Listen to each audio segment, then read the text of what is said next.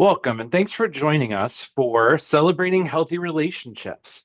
My name's Ben Odell. I serve here in the Center for Faith in the U.S. Department of Health and Human Services. It's my honor to welcome you to our webinar. Thanks so much for taking time out of your day, either to come here and join us for the webinar or to participate in and watch the recording so that you can learn more about the amazing work that's being done and funded through the Administration for Children and Families here at the U.S. Department of Health and Human Services.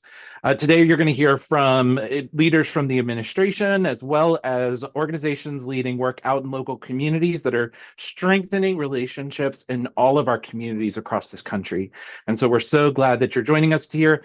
Belated Happy Valentine's Day for recognizing kind of this important milestone. Each year, we take time to celebrate relationships, to celebrate things that are important to us, the people that are important to us, and take time to really strengthen those our relationships. So we're excited to celebrate the ways that HHS is strengthening relationships across the country. So first, I'm excited to introduce our director, Dr. Monty Burks, who's going to share a little bit here at the top of the call and give you a sense of what we're going to talk about today. So Dr. Burks, turn it over to you.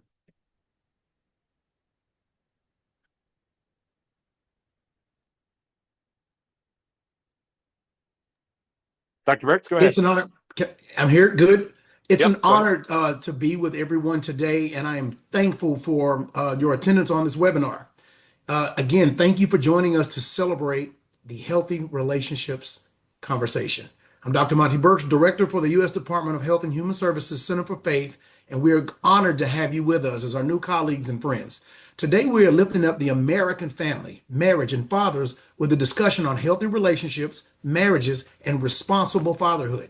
To give you a sense of what the next hour will hold, we will start our discussion with remarks from the office that is responsible for today's grantees and their success stories, and that's the Administration for Children and Families, or ACF.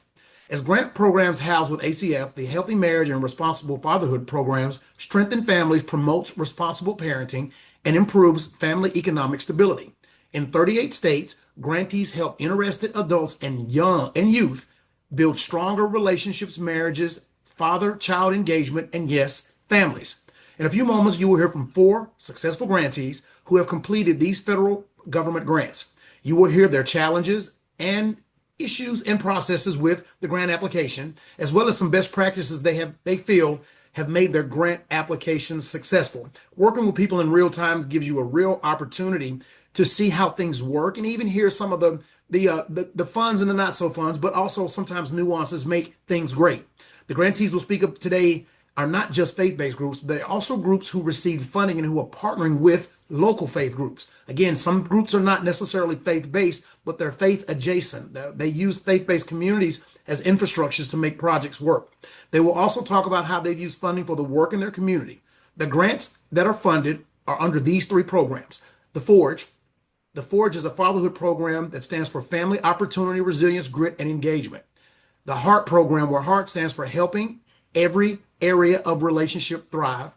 And the Ready for Life program, where Ready stands for Relationships, Education, Advancement, and Development for Youth. With that, I would like to introduce our first speaker, my friend Fred Cooper, who is the Deputy Assistant Secretary for Policy for the Administration of Children and Families. In this role, Fred advises and works alongside the Assistant Secretary Alex Adams to implement President Trump's and Secretary Kennedy's MAHA agenda for Americans, children, and families. He is a key is a key leader in ACF's efforts to address many challenges that our communities face across the country. Prior to ACF, Fred worked to advance the conservative America First agenda across industries and sectors, including fundraising and development, legislative office management, and polling and survey research. Ladies and gentlemen, I'd like to introduce my friend and one of my favorite colleagues, a good share. Fred and I both have a love for mixed martial arts. So with that, Fred, I'm going to hand the webinar to you.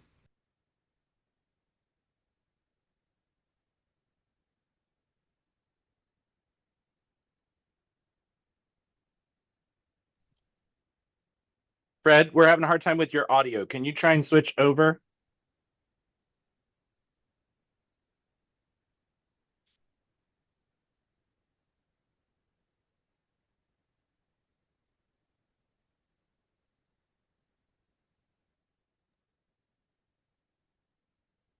Still not coming through, Fred.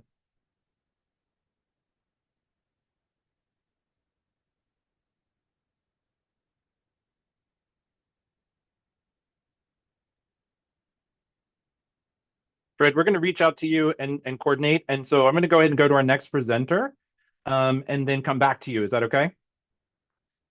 Thanks so much. We'll get you coordinated there as well. So coming from Fred, we're going to come right back and hear from him after we get that audio figured out. So first, we're going to turn to one of our grantees, one of the groups that's doing some amazing work in the community, improving outcomes for children and families across the country. Um, but we're going to hear from Gina Sauer and Marian Maria from Jewish Family and Children's Services of the Suncoast Incorporated. Gina serves as the Ignite Forge Fatherhood Program Director, and Marian serves as the data manager for this program. Serving 3 counties there along the Gulf Coast of Florida, Project Ignite is designed to assist both fathers and expectant fathers, whether they are custodial or non-custodial. The initiative will promote financial responsibility, enhance skills for healthy relationships and marriage, support individuals in achieving economic stability, strengthening partnerships and co-parenting abilities. And if that's not enough, they're also improving the quality and frequency and engagement between fathers and their children. So Gina, I believe you're going to go first, and we're excited to hear more about this amazing program from you and Miriam. Great. Thank you so much for having us today.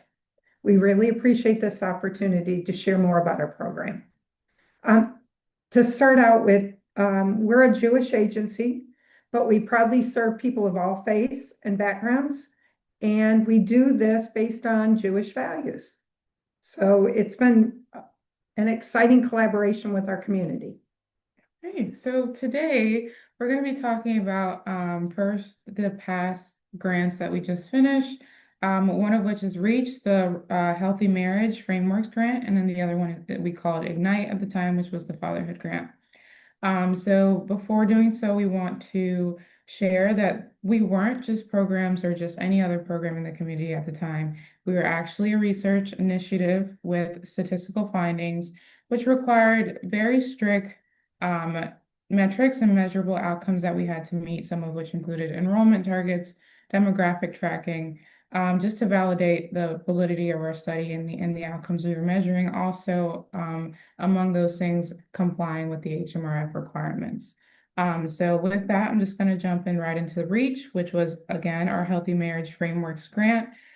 With REACH, we focused on strengthening relationships with programs. We served here in Florida, 3 counties, Sarasota, Manatee, and Charlotte County. I'd like to mention that Gina and I were not here at the start of this grant. So some of the things that we kind of jumped into consisted of participation with the participants in the program. So overall, we were strong with our participation, but not in a good way. So we wanted to mention that we had overly recruited specific populations, and in doing so, we did not reflect the diversity of the region, Sarasota, Manatee, and Charlotte County, as I mentioned before. And we also had a deficit in the male population. So because this was a relationship program, we were to serve both male and female, but during that time, they had overly served female, so we did have a deficit in men. And also with that, we then overserved the Hispanic Latino population and underserved all other racial and ethnic groups were underrepresented. So with that, we did have a demographic imbalance, which created a challenge to then our research validity, and the compliance that we had to reach with the benchmark of the federal government. And then now, Gina will talk about the Ignite program. So we also, at the same time, were running the Ignite Fatherhood program, which, when we stepped into it, again, had several deficits. As of the fourth quarter in year 3, we had achieved numbers for year 1. So we did a lot of we ended up having to make up numbers. That was first and foremost.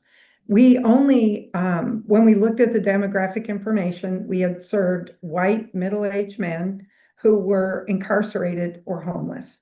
And unfortunately, we did not have the Incarcerated Fathers Grant, or we would have probably been doing fairly well. But we did not have that grant, so we had to pivot rather quickly and figure out how to recruit and get people into the program quickly and have them get everything we wanted out of the program. Marion is very good at the data portion of our program. So she went after her surveys and I went after people. And the correction was immediate. And we had to change the recruiting strategy. So then we developed recruitment pipelines. And what that did was create partnerships in the community that were awesome. The school board allowed us to go in and recruit parents, and we shared a little bit of our demographic data with them. Who were we recruiting, how many, which schools were the dads coming from. And in exchange for that, we were basically issued a free pass to go in and recruit them into our program. We did this in a very unusual way, and we'll talk about that in a minute. But we shifted basically from passive enrollment to community-centered engagement. And then when all other strategies were insufficient, we invested in what we call community events. And this was a lot of fun. And I think we're going to see a picture right there. That is our daddy-daughter dance. We had about 250 people in attendance. Dads who had never attended our program came out, and the daughters were dressed as princesses, and the dads were dressed, most of them in suits. So it was a pretty fancy affair. We actually had to shut off the lights to get everyone to leave that night because people were having a great time. And we had everything donated, from food to prizes to nail painting for our princesses.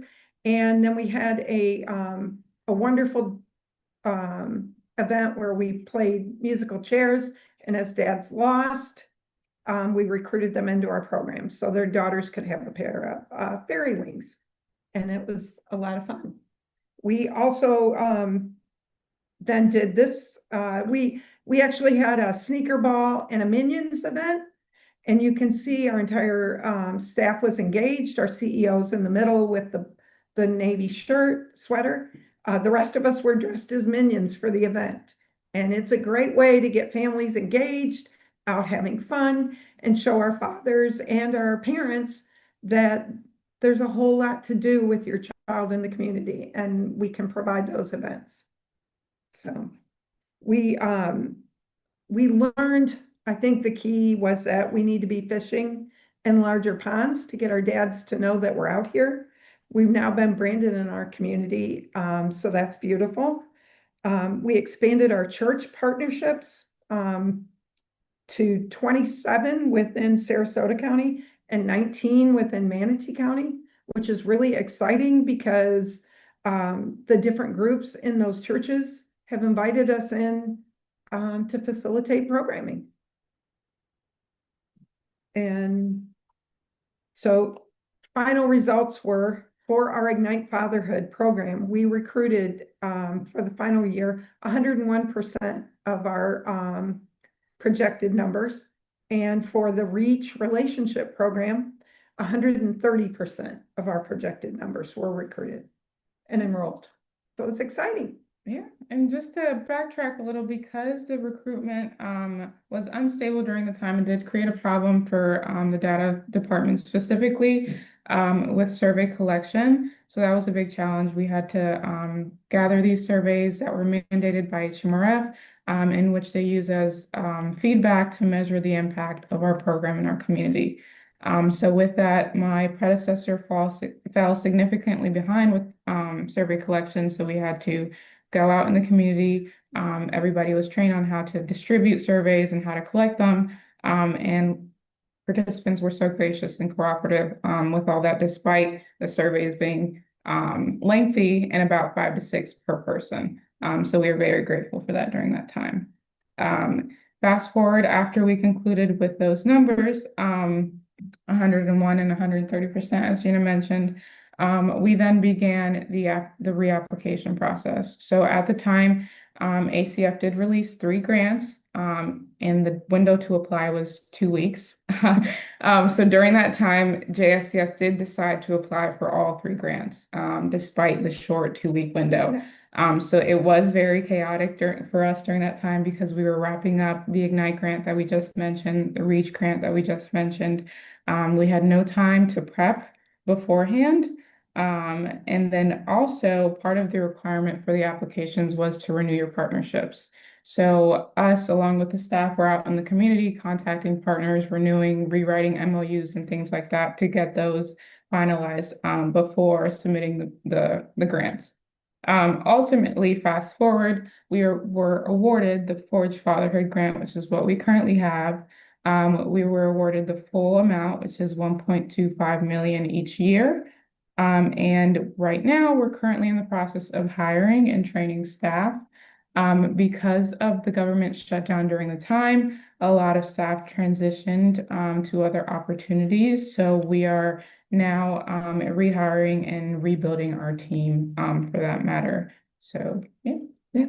And something Marion did not say, we actually were on the grant writing team in the process. So there were our evaluators, and the two of us were in the midst of all this chaos writing. And I think now we know the grant very, very well because of that. But it was a chaotic, very fun time, but a lot of pressure.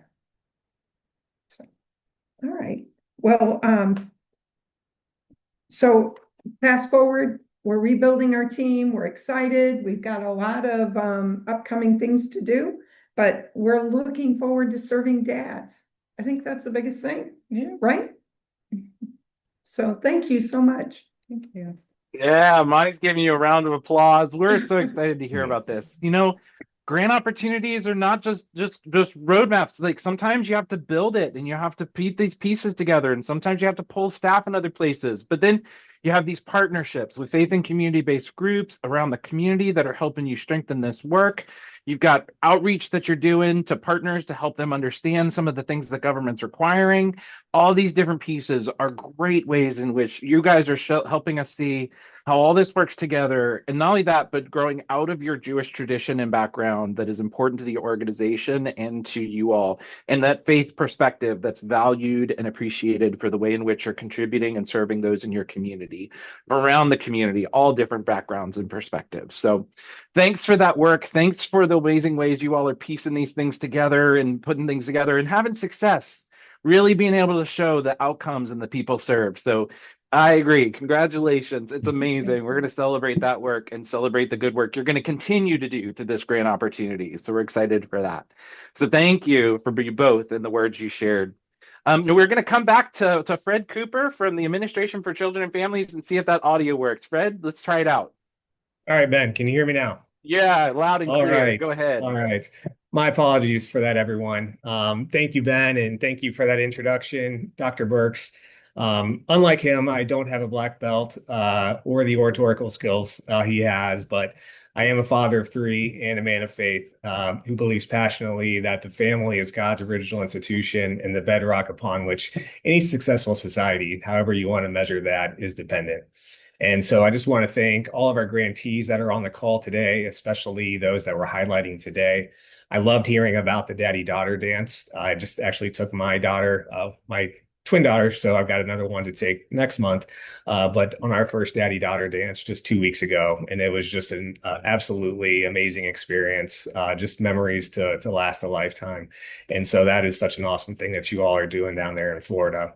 But again, we're highlighting these 4 grantees today. They were all faithful with the seeds that we put into them 5 years ago, some even before that, and have remained faithful and committed to the mission, which is exactly why they're here today. So just, in closing, since the Faith Office is hosting this event, I did just want to read a few passages on fatherhood and marriage. We find both in the Bible and in the Tanakh. Children are a heritage from the Lord, offspring and reward from him. Like arrows in the hands of a warrior, children born in one's youth are a blessing. Blessed is the man whose quiver is full of them. Train up a child in the way they should go, and when they are old, they will not depart from it. And that is what each of you do. You equip fathers, families, moms, and dads to train up the next generation. our future, the ones who will be running this country far beyond our time on this earth. So again, thank you for all that you do. Thank you to the HHS Faith Office for putting on this event. And with that, I'll turn it back over to Ben.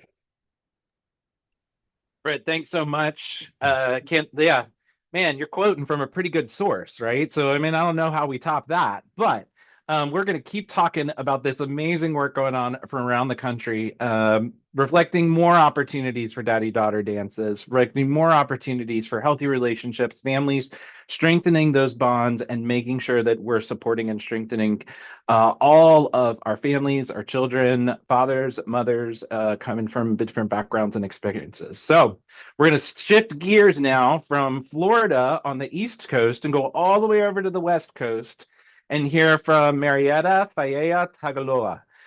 She is the, project director in Los Angeles, Orange, and San Diego counties in California.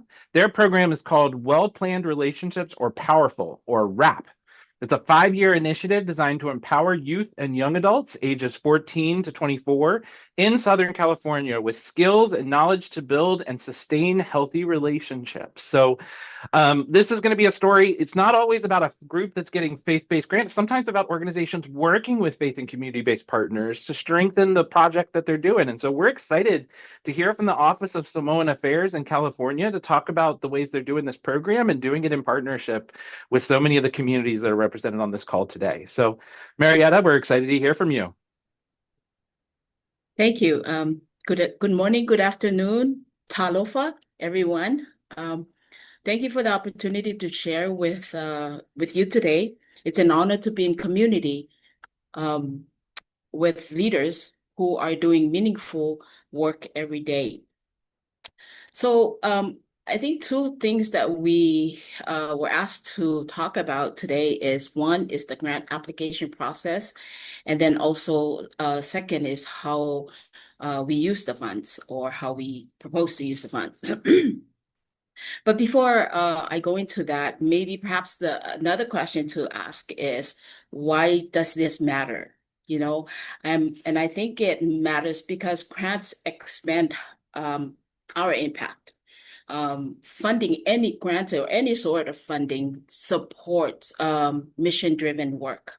So I see why this is important, because preparation, leads or increase our success. So first of all, the grant process, and we were funded the first cohort, 2025 to 25.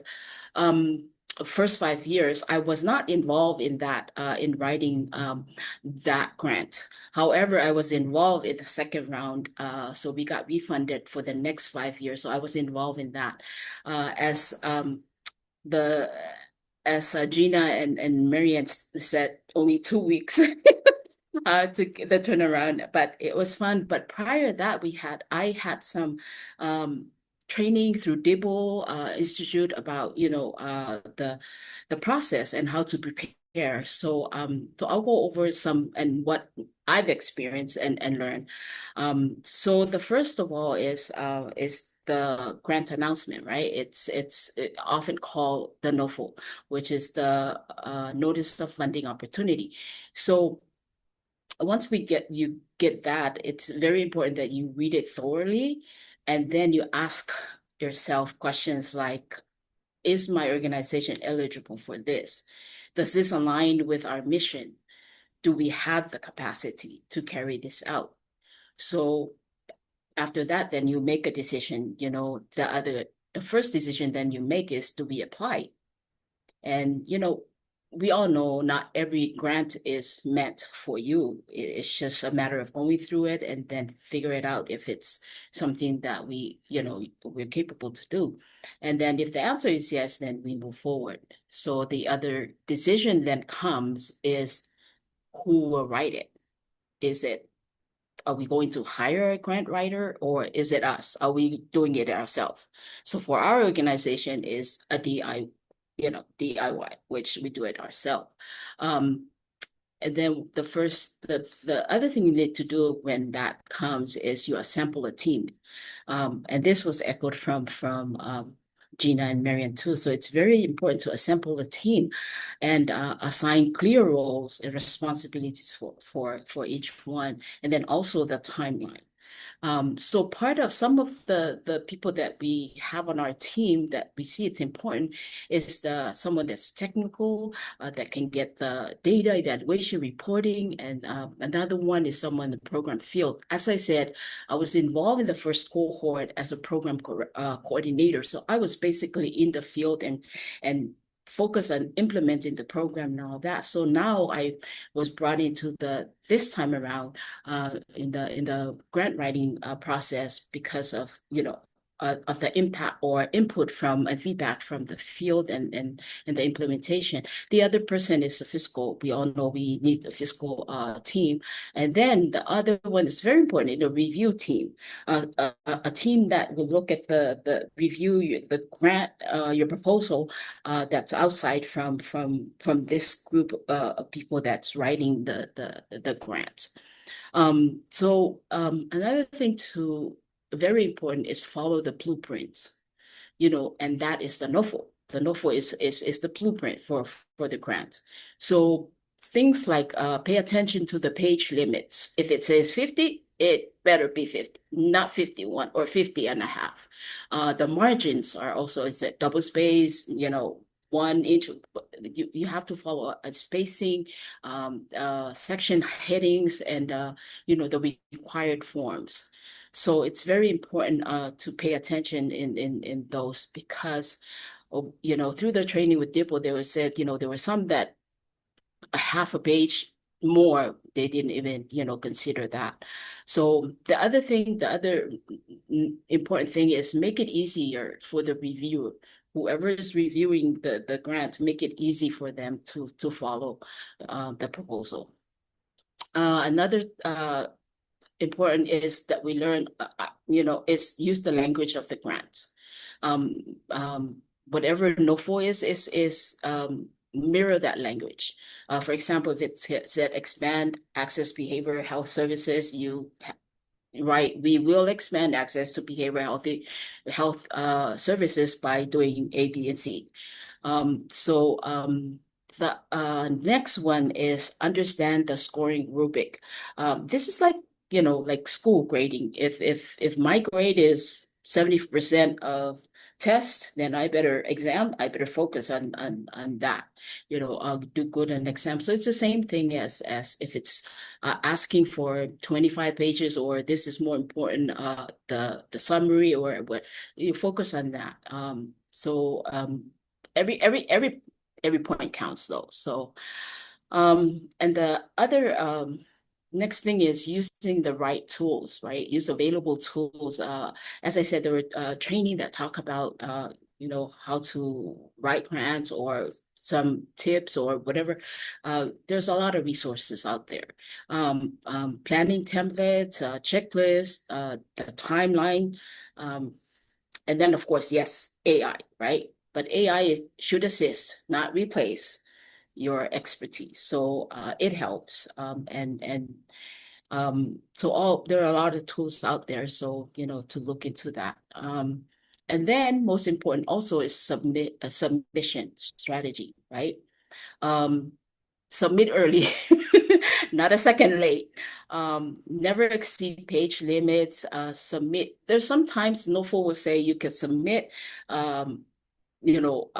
multiple times. But the latest submission will be the one that will be scored on. So another suggestion is you can submit a day before what you have, and then maybe you're waiting on policy and procedures, section of your organization. You can always submit that, the following or the day, the next day. Part 2 of this is using grant funds.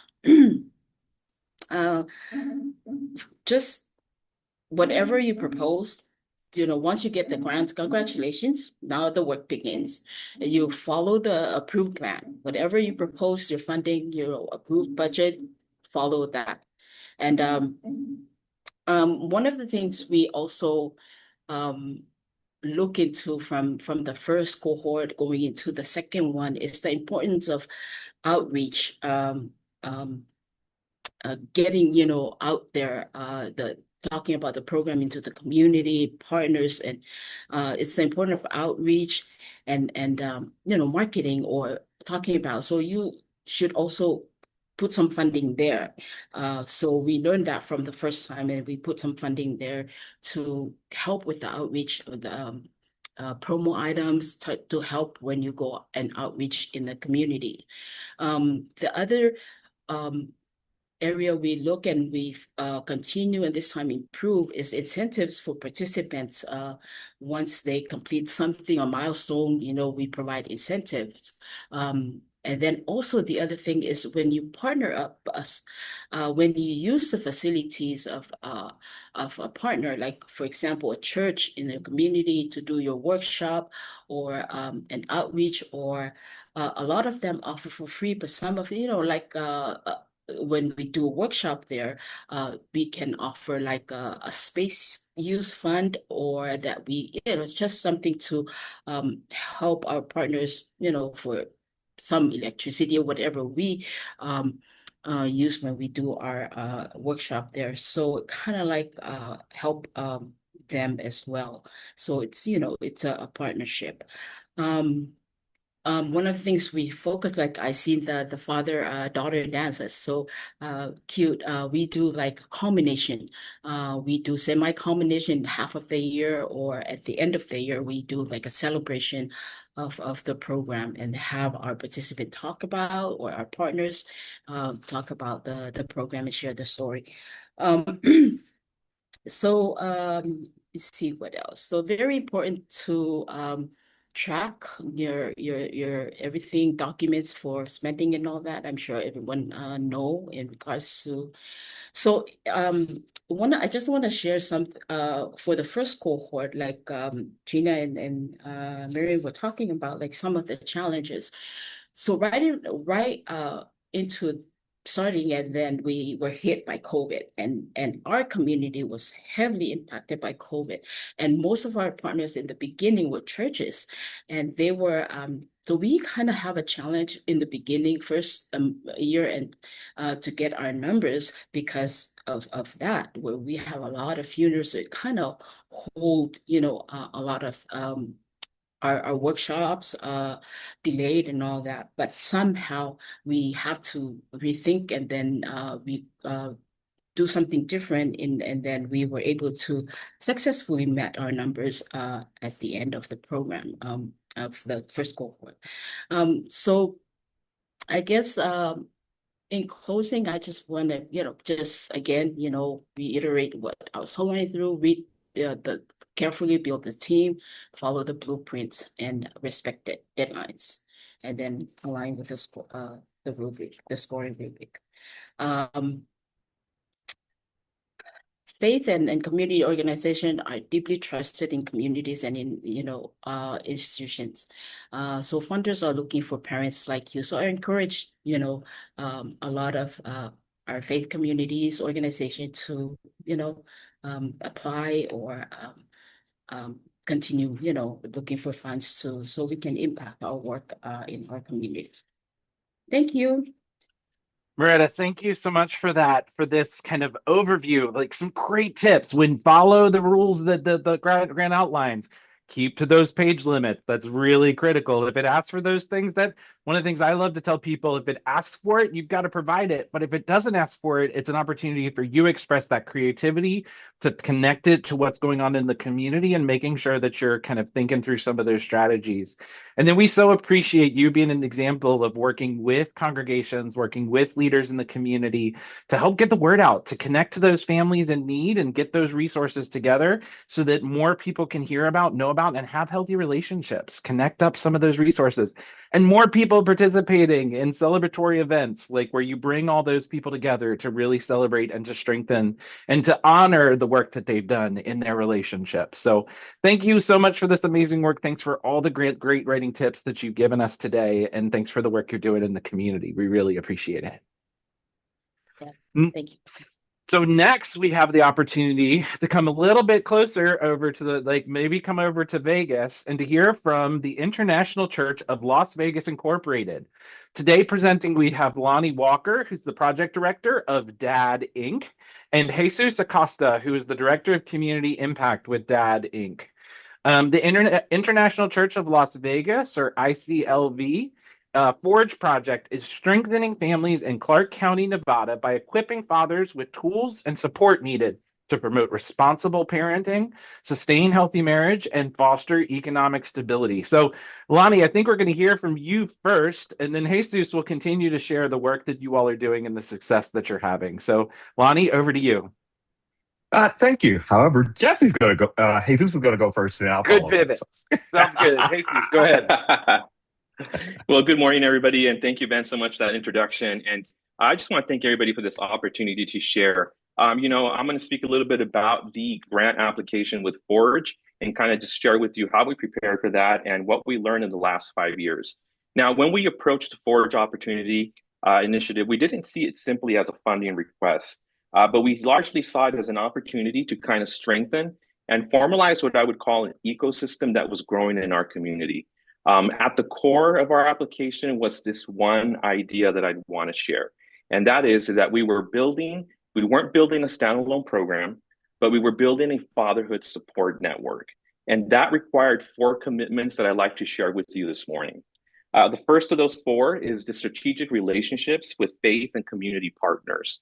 In our community, faith leaders are often the first place the families turn to during crisis. So we didn't design in isolation. But we aligned intentionally with churches, behavioral health providers, workforce agencies, and especially domestic violence experts. And it's that collaboration that ensured fathers were supported, not just as individuals participating in our workshops, but as men in communities. We sought them to see that they were connected to families, that they were established in relationships, and that the systems they found themselves navigating. And we were able to help them through those different areas. Second, we addressed barriers directly. If I may share that, and I'm sure everybody on the panel will know that fatherhood requires courage. And sometimes that work means dealing honestly with the trauma and the conflict and the legal challenges and even the domestic violence that I pointed out earlier. So instead of avoiding that complexity, I would like to share that our application integrated domestic violence screening. It included referral partnerships and trauma-informed facilitation practices. And we also had our entire team undergo an intensive, and I mean intensive, 40-hour DV training that qualified our entire team as certified advocates. During that process, I can say that our commitment stood very strong by the belief that fatherhood cannot exist without safe relationships. So whatever we could do to address what I would say that epidemic in our community, that we were committed to that. Thirdly, I would say that we invested in our infrastructure. Now we know that passion may draw men in through the doors, but ultimately it's going to be the systems that you have in place that's going to keep them engaged. So from the beginning, we strengthened our IT backbone, and those 2 components primarily consist of a strong CRM that we customize, and then largely a project management system that help all of our team enforce communication, help us meet our goals, and just really keep track of a history of the things that we learned, the things that we failed in, the things that we were able to complete, and really just overall gave us a great wealth for managing and tracking data, being able to have data dashboards for our intake team, and also just letting us know, having a very clear visual of the partner referral pipelines, which really are like the backbone of all of our work. And this allowed us to move from just not hosting workshops, but also building and establishing a continuity of care. And today I'd like to share that that structure is what we call our fatherhood support network. And that is literally a coordinated pathway where a father can access parenting education, they can come for employment support, get relationship skills, and coaching through our case management, which helps us really keep fathers from falling through the cracks as they're coming into the workshop, or if they're finding themselves struggling as they're trying to, navigate post-workshop. And fourth, I want to say that we listen deeply to our community. So before submitting our application, and really any time that the opportunity arose, whether we were at an outreach event or meeting with a potential new partner, or somebody reached out to us to kind of learn about what we were doing, we were always willing to ask the hard questions. As a learning organization, we wanted to know where are fathers being disengaged and what keeps them from completing programs, or what are the stigmas that keep them from showing up? And so that kind of learning and insights that we gathered, not only internally, but externally in the community from partners and just different individuals who were working with fathers, we took time to listen to them. And that included mothers in those groups. It included probation officers, pastors, and workforce partners. And it was their feedback that largely shaped our design and pretty much influenced everything from our scheduling to our language and our support services. And so if there was anything for me to say about this application, is that at its core, this work was really all about restoring relationships. And that was pretty evident as you saw different communities represented, everything from people that were in recovery to our Hispanic communities, to church communities, to everybody that we can really find and get it within our reach. And of course, as that being a restorative relationship approach, for many of us, as Monty pointed out, for those who are faith-based or faith-adjacent, that's not just going to be a program outcome. It's the deeply held value that we hold as a result of our faith. And so if I can leave you with anything as I close and I transition over to Lonnie, I'd say that our application from one grant cycle to the next really reflected a maturity. And it wasn't just about launching activities or holding another workshop. It was really about establishing and building that ecosystem that I mentioned about earlier. And that whole purpose of that ecosystem was to support families over time. And so if I can sum that up, it would be simply this: that sustainable fatherhood work doesn't happen by accident. But when we combine our convictions, when we combine our collaboration and accountability, we don't just serve fathers, but we help restore the unique foundation of our communities. So thank you so much for sharing this. And Lonnie, go ahead and chime in. Thanks a lot, Jesus. I appreciate it. I'd be remiss if I didn't start off and acknowledge that any success, perceived or actual, that people think that we've had, all the glory goes to him, because we were a first time grantee when we were first awarded this grant, and without God being there, we never would have done it. We actually believe that we were created in a sovereign move of God. Something though that we observed initially is that we knew we had to do the workshops, but what we noticed is that the dads who came in, they were kind of skeptical about what we were doing, who we were, and if we even cared. They kind of thought that we weren't there for them. So we were very intentional about the way we structured our workshops. We set them up in a way that first we would let them know, hey, we do care. We took the time to actually find out who they were. And one of the key things I think that we did, people would say that it was silly, but it really worked, is that at the beginning of every workshop, we actually would ask the dads to introduce themselves, tell us who you are, where you're from, and what your favorite candy was. And, they're looking around and, our joke was, we've done a scientific study, and we found that if you like certain candies or chocolates, it says something about you. We told them that wasn't the truth. However, what we did though, the next class, is we actually had those candies that they actually mentioned that they liked. And they were like, wow, you actually bought that? And I think that was our initial entree into their lives, to let them know, we really do care about you for who you are, not because you're here, but because of who you are. We emphasize the fact that, things may not have gone well. You may have been through some things, but those things are not who you are. Those are the experiences that you had. We really went out of our way to offer them hope, a way that they could get out of whatever the situation is, because we found many dads felt that they were alone, they had no support, nobody cared about them, and we wanted to be that source of hope for them. We wanted to see them actually succeed. And so throughout the whole 8 weeks of our workshop, each day we just built upon the previous lesson. And it's like boom, boom, boom. By the end of the program, they were like, man, I'm sorry this has to end. Oh, you guys gonna do this again? And one of the biggest, hey, can you guys do this for women? You need to get some moms in here on this. And those things we were really flattered by. But when it came down to it, we were just grateful that we were able to touch their lives, because we realized that as a dad's life has changed, that in turn will change their family, which in turn will change the legacy that they ultimately will leave. We wanted to be there for them even after they graduate. So we tell them, hey, you can come back at any time. We can feed you. You can sit down through the lesson and get re-educated on something or reoriented where you may have gone off script. Throughout the entire first 5 years, there was not one dad who graduated who said, man, that was a waste of my time. Instead, it was just the opposite. And that's really what made it worthwhile to us. Some people say, well, why do you think that's needed? Well, frankly, if dads are continuing to struggle, that means that families will continue to struggle, which will mean that the communities will continue to struggle. And ultimately, we have what we basically have now.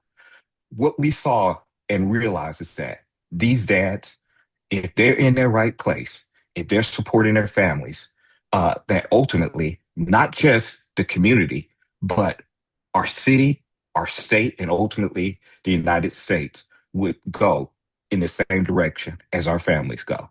So once again, thank you for this opportunity. We greatly appreciate it. And back to you, Ben. Jesus, Lonnie, amazing work. I heard father requires courage, but fatherhood always also requires safety and safe relationships. Thanks for the commitments that you guys provided into that work.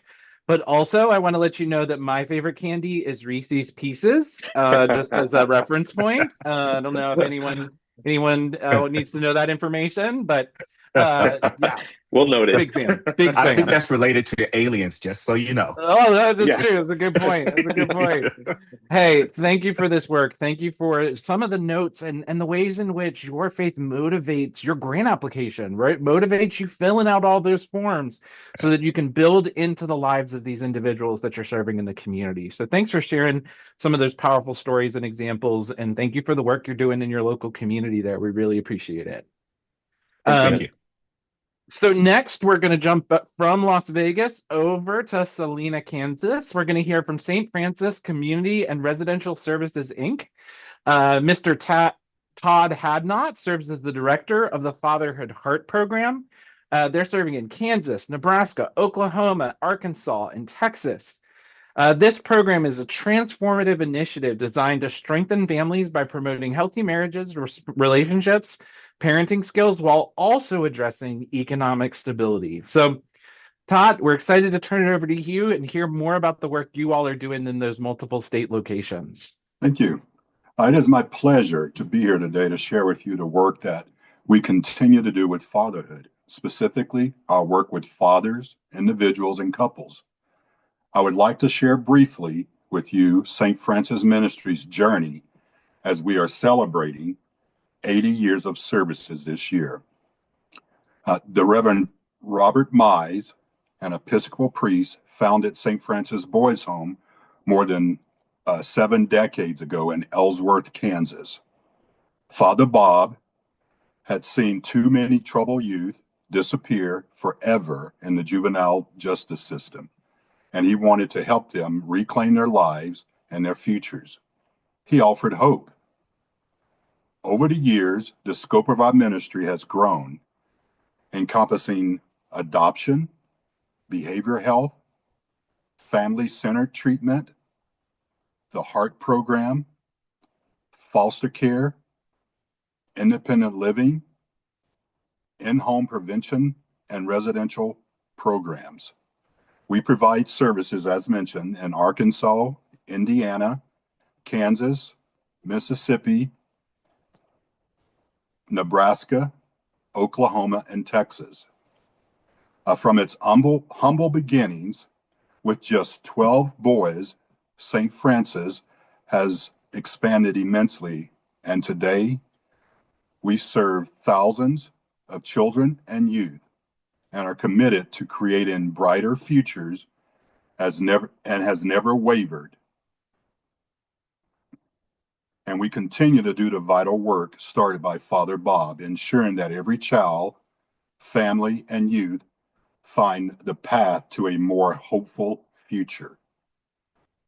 The past 5 years, we completed the Fatherhood Fire Grant that allowed us to serve individuals and couples. We also served the reentry population with the focus on those that were within 180 days of release. And we also offered all of our services to our Spanish-speaking populations. The populations that we served, as mentioned, is couples, reentry, mainly with the fathers, individuals, and over the past 5 years, we served over 2,200 individuals, couples, and families. Fatherhood Fire Program evaluation. I think it's important that we highlight the evaluation of most programs involved with HHS. We did do an evaluation and we partnered with the University of Kansas, and we are proud to share the positive results from the St. Francis Fatherhood Fire program that was proven to make a difference in the lives of fathers and their families. I would like to briefly share some of the findings. Evidence from our RTC study shows that fathers who participated in the FAR program improved parenting skills, improved relationships with co-parents, and with their children. Specifically, fathers in the program built strong family relationships. They increased confidence as parents and increased cooperative co-parenting skills. Also deepened father-child engagement. We'd like to speak some about applying for the grant and that experience. Although this round of grants, we had a very short turnaround as mentioned, and many have discussed already and shared already that process of applying for the grant. But I would like to share that I think it's very important that when you are applying for one of these grants, that you make sure that you have great partnerships with someone that can also help you write that proposal and be ready and prepared to present that. We had our partnership with the University of Kansas Social Work Department and other departments within our agency. We were able to meet the deadlines and submit our Project Heart proposal on time. And I would like to talk some about the Project Heart. Project Heart is a transformative initiative designed to strengthen families by promoting healthy marriages, relationships, and parenting skills while supporting economic stability for adults, individuals, and couples ages 18 and older. This is a community-based grant. It's funded programs for both couples and individuals that include providing weekly 2-hour training sessions and workshop settings in both person and virtual. Currently, our referral source and referrals continue to come in at a very rapid pace. In closing, I would also like to just show my appreciation for my time here, and thank you for allowing me to share with you the work that our program and our agency is doing with the grant that we received. Todd, thank you so much for sharing about that work. It's amazing to hear about your program. These programs are doing random controlled trials, RCT, the highest standard of evaluation that can be achieved. We're showing outcomes. We're showing that these programs make a difference in the lives. And you heard some of those outcomes. Families served, families, fathers in healthier spaces and places doing great work. in the community, and then strengthened, right? Able to be more involved in their families, more involved in their relationships. And all of that comes back to what you have right there on the wall behind you, family. And bringing each of those leaders, bringing each of those leaders that you're developing in the community, bringing their full selves to their family, bringing those contributions to the work that can be done. And really, you all are strengthening those individuals into those families, creating leaders within those families, and amazing work across multiple states and serving. Did I hear correct? 2,000, more than 2,000 people? That is correct. That's amazing. And so think about all those families served. Think about all those families connected, not just in this program, but in all the programs that we've heard from today. So, Todd, thank you so much for that work. Thank you for the work you're doing in local communities. And thank you to all our grantees who shared a little bit more about the work they're doing in communities and some of the experience of applying for these grants. You also heard that this is a multi-year, multi-cohort group, right? And so there are some groups that have received some of these funds before, and they're continuing that work. They're building on the success that they've learned and doing even more work in the community, sometimes expanding to other populations and other parts of the family. And again, continuing to strengthen families and communities, healthy relationships across the country. It's one of the things we're about at HHS, family. It's a thing that our faith traditions affirm and value, and it's something we can affirm and value too. So I just want to echo Monty at the beginning. Round of applause for all the amazing work these grantees are doing. Thank you for sharing about your experience. Thank you for sharing some of these strategies. And let's all think about the ways we can apply some of these as we look at more grant opportunities in the year ahead, in the months ahead. You're going to see more grant opportunities coming from HHS. It's an opportunity for you to apply some of what you've heard on this webinar, thinking about those page limits and answering the questions and checking eligibility. These are all things we're going to be able to put into practice in these grant opportunities coming up in the near future. So again, I want to thank our panelists for the time they've taken. I want to thank Dr. Burks and Fred from ACF joining us to share a little bit more about why this is important, why we're all putting a focus on healthy marriage, responsible fatherhood during these days. And also, again, our grantees sharing ups and downs, challenges and opportunities that they've overcome to serve families and individuals, fathers, mothers, supporting children in local communities. We hope that the discussion today has inspired you to put some of those tools into practice, to think about the opportunities and the grants that you might apply for, whether or not those be from any part of HHS or the rest of the federal government. We want to encourage you to think about the places where your skills and resources might be well used and applied in some of these grant opportunities. So make sure you're reaching out to us at faith@hhs.gov if you'd like to get our newsletter where we highlight those grant opportunities each month. Reach out to us if you'd like to know more about how what you do in the community is supporting and connecting. Just let us know what you're doing. We'd love to learn more about the work you're doing in local communities across the country so that we can have opportunities to honor and celebrate you just like we celebrated some of these grantees today. If you have questions, send us those questions at faith@hhs.gov. We'll follow up there. And we really look forward to staying in touch with you. We'll have another webinar in March, which is right around the corner. Be looking for our notice coming out from our newsletter in March with that upcoming webinar event. And until then, keep serving the community, keep caring for those around you. We do the work here because of the amazing work you do in your local community. So we're honored to partner, to work with you, and to celebrate that work moving forward. All the best to everyone today. Have a great day.